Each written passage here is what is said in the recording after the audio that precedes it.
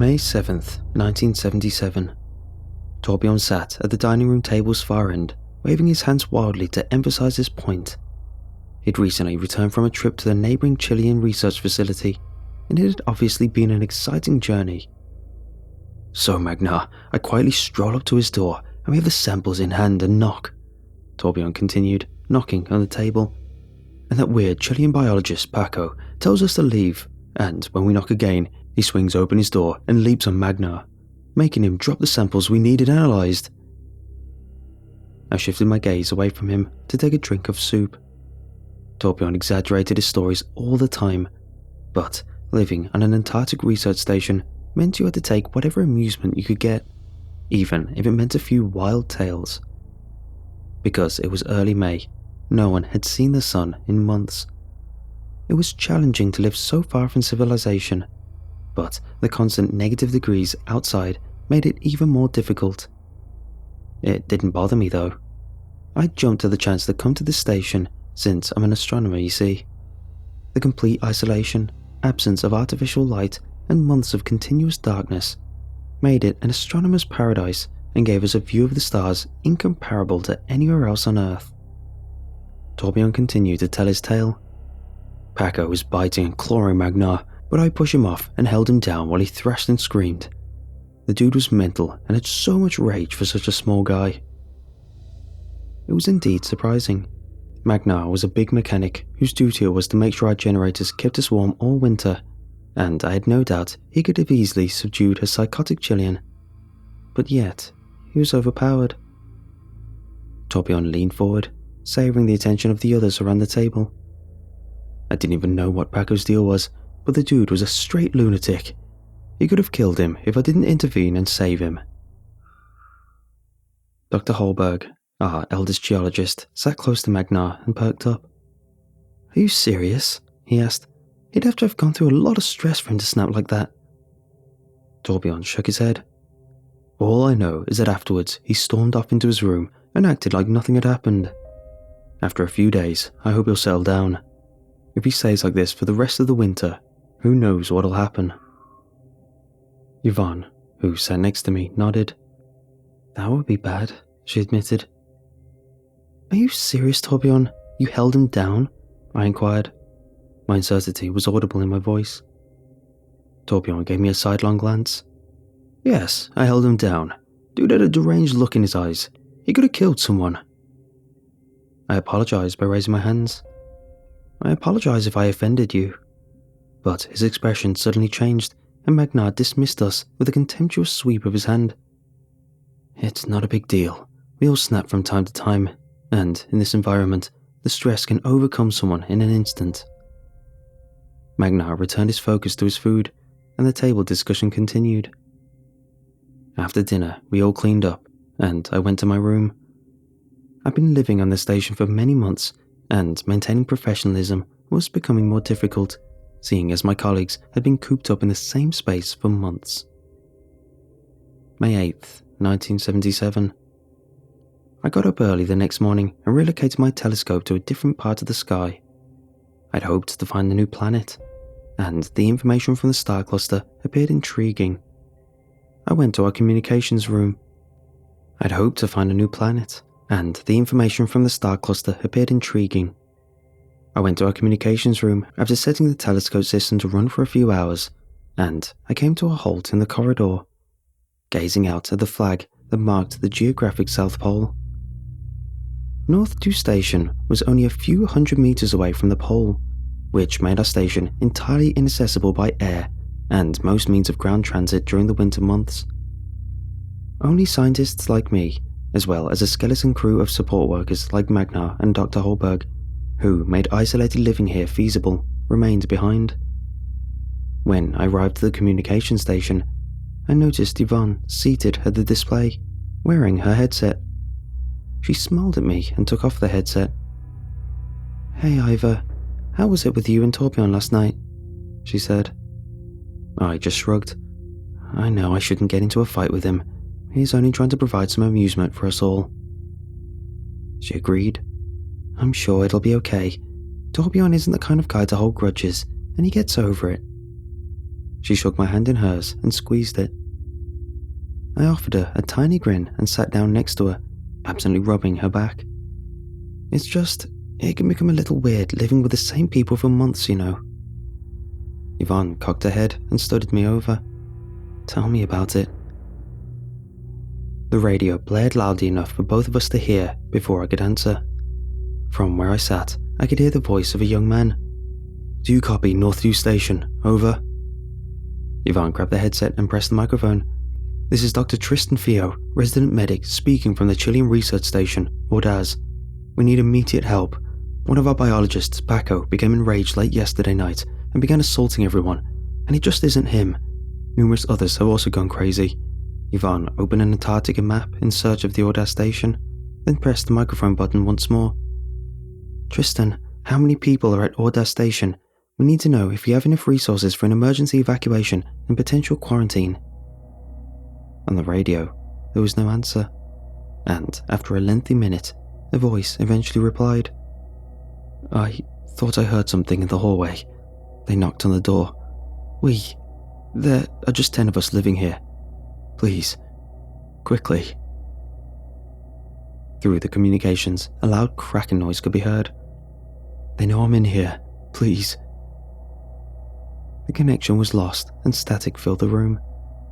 Yvonne gave me a wide-eyed stare and mumbled under her breath. Let's call a group meeting. We all gathered in the station's living room to talk about what had transpired, and the only thing that everyone agreed on was that we need to go check. Torbjorn gestured with his hand. I'm the only one who knows the journey by heart, therefore I'm going. And besides, I'm probably the strongest here, and who knows what'll happen. I'll accompany you, I responded. My telescope is automatic, and I'm not doing anything here anyway. I need to be present to hold you down if you go crazy. Torbjorn burst out laughing. All right, Ivor, you've got yourself a bargain. This time, I'm not going to make anything up. The remainder of the night was spent getting our 2 snowmobiles ready. We packed additional gasoline and satellite phones in case we got into difficulties, and made plans for the next day's journey. When it was all said and done, I collapsed into bed, tired. That night, I didn't get much sleep, and I thought to myself, how had other individuals gone insane with Paco? Why would they act so irrationally? Was Paco to blame? It didn't make any sense to me. May 9th, 1977. Ordaz Station was about 25 kilometers away, and it would take us a couple of hours to get there on our snowmobiles in the winter weather. We departed early in the morning, but the deep blackness that eternally blanketed the landscape in winter would have you believe otherwise. Nonetheless, our machine's lights were bright, and we made good speed, cutting through the snow between us and Ordaz Station. Even with my specifically tailored snow clothing, the temperature was brutally chilly. It seems when you're riding in temperatures that might kill you in minutes, it doesn't matter what you're wearing. After about an hour of riding, Torbjorn signaled for us to come to a halt. I pushed my machine up against his and turned it off. He dug inside his backpack and drank some water. How far do we have to go? I inquired. He gave me a chilly stare through his goggles. I'm not sure. Who knows if we're even going in the right direction? Silence fell for a little period before I spoke again. I didn't mean to... I began to stutter. Torbjorn said, yeah. He drank all of his water and put it back into his bag. He then turned his machine back on and continued on his way without saying anything more. For a little while, I sat in silence, trying to make sense of what had transpired. Only the drone of the snowmobile motors accompanied us for the next few hours, and I exhaled a sigh of relief when the brilliant lights of Ordaz Station loomed on the horizon. As we drew nearer, I realized the lights I'd seen weren't from bulbs. My relief immediately changed to worry. For fires provided the illumination. The yellow flames licked up the sides of the buildings as Ordaz Station burned. Torbjorn and I walked up to the station after stopping our snowmobiles just outside the compound. Only the furthest buildings from the centre remained burning since several structures had already burned out completely. We walked to the station centre where we saw what was left of their gasoline tanks. They were a jumble of charred and twisted metal. Next to them, Torbjorn knelt. As if to himself, he muttered, "This tank was blown up intentionally." He didn't even bother to glance at me. However, why would someone blow up their own fuel tank? I inquired. Torbjorn rose up and walked into the main building without saying anything. I kept a careful eye on him as I followed him. That's when we entered the building and immediately saw that the floor was strewn with bodies. Some of them were more burnt than others, but all dead nonetheless. I spotted something protruding out of the chest of one comparatively unburned cadaver in the corridor. I got down on my knees and felt it, only to discover it was an axe handle. "Torbjorn," I said, "I have something here." Torbjorn approached the body and gazed at it. I felt sick and lightheaded almost instantly. Hot bile rose in the back of my throat as I walked away from the body. I closed my eyes and leaned against the wall, forcing myself not to throw up. That's when I noticed a peculiar crunching noise coming from behind me. From behind, I heard Torbjorn speak. "Hey, Ivor, am I lying now?" I swung around, and in his hand, Torbjorn wielded the axe. His eyes, ears and nose were dripping with blood. His eyes were dead set on me, and the rage burned in his eyes. He was filled with a wrath that I had never seen before in my life. Then he sprang at me, axe in hand, yelling, "Am I lying now?" The axe sank into the wall adjacent to where my head had been before I ducked. I lurched backwards, almost losing my balance. Torbjorn was twice my size, twice my strength, had an axe and was wielding it with pure rage. Torbjorn yanked at where it was embedded in the wall, blood streaming down his cheeks like melting water from an icicle. I took advantage of his confusion by turning around and running, hoping to come upon a door leading to the outside. I knew that wasn't going to happen. The station's doors were numerous in numbers, and many were airlocks, which meant I needed time to escape. I heard a splinter of something as the axe broke away from the wall as I darted into a side room. The sound of heavy footsteps reverberated down the corridor and into the room where I was standing. I anxiously looked about and noticed that the flames had eaten away at one of the room's side walls. I gave one final glance down the corridor before lunging at the wall with my shoulder. Under my weight, the fire-damaged wall cracked and fractured, and I fell through, landing hard on the other side. My fall was cushioned by a deep layer of snow, which turned a crash that should have shattered my arm and ribs into one that just knocked the wind out of me. My winter clothing was cumbersome, so I fought to get to my feet. I'd barely gotten a few steps when I heard Torbjorn's heavy footsteps in the snow behind me. Through the winter wind, Torbjorn yelled to me, "Is this true enough for you now, Ivor?" I kept running without looking back until I reached my snowmobile. I got on top of it and started it up. With the axe in his hands, Torbjorn stood a dozen feet away from me, swinging it furiously in the wind. I revved up the engine and drove the snowmobile straight into his standing figure, hitting him directly in the chest. The collision produced a horrible crunching noise, and he whirled around sideways like a ragdoll into the snow. I redirected my vehicle back to the station, and before pressing on the accelerator, I slowed down and looked behind me. In the night, the station blazed brilliantly, and I could see Torbjorn's limp body in the snow. I shook my head, then returned my focus to the snowmobile and began driving back to the station through the onslaught of snow. May 10th, 1977. I gathered everyone in the dining room and told them what we discovered, and then what had occurred with Torbjorn. Dr. Holberg stood forward after I concluded my story. "Well, it appears that the Chilean man Paco has contracted a disease," he explained. "It's not a sickness I've heard of before, but it's the only explanation." He took a few steps back and stared at us. I didn't have to look around the room to know our solemn looks. "This illness appears to be extremely contagious," he added. "I'm no epidemiologist, but I believe we should all be quarantined. Even standing together in this place might be dangerous, and who knows, some of us could already be infected." Everyone smiled and nodded. Dr. Holberg fixed his gaze on me. "Those who had the most interaction with Torbjorn should, in my opinion, be kept behind closed doors and away from everyone else. A shiver ran down my spine. Was it true that I was sick with whatever it was? In just a few hours, Torbjorn had gone from normal to murderous, and I didn't want that to happen to me or the others. Of course, I replied. That makes sense. The group of us who had been with Torbjorn the night he recounted his story had been separated into our quarters. As she came into a room, I grabbed Yvonne's eye and held it for a long time. She closed the door and gave me a sorrowful grin. I followed suit. I heard movement in the corridor as the others placed furniture in front of our doors to keep us out. Dr. Holberg, who was in the room next to mine, spoke through his door.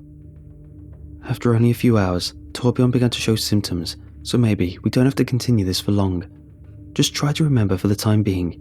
If you notice anything unusual, please let me know. The remainder of the day was spent in an agony of boredom.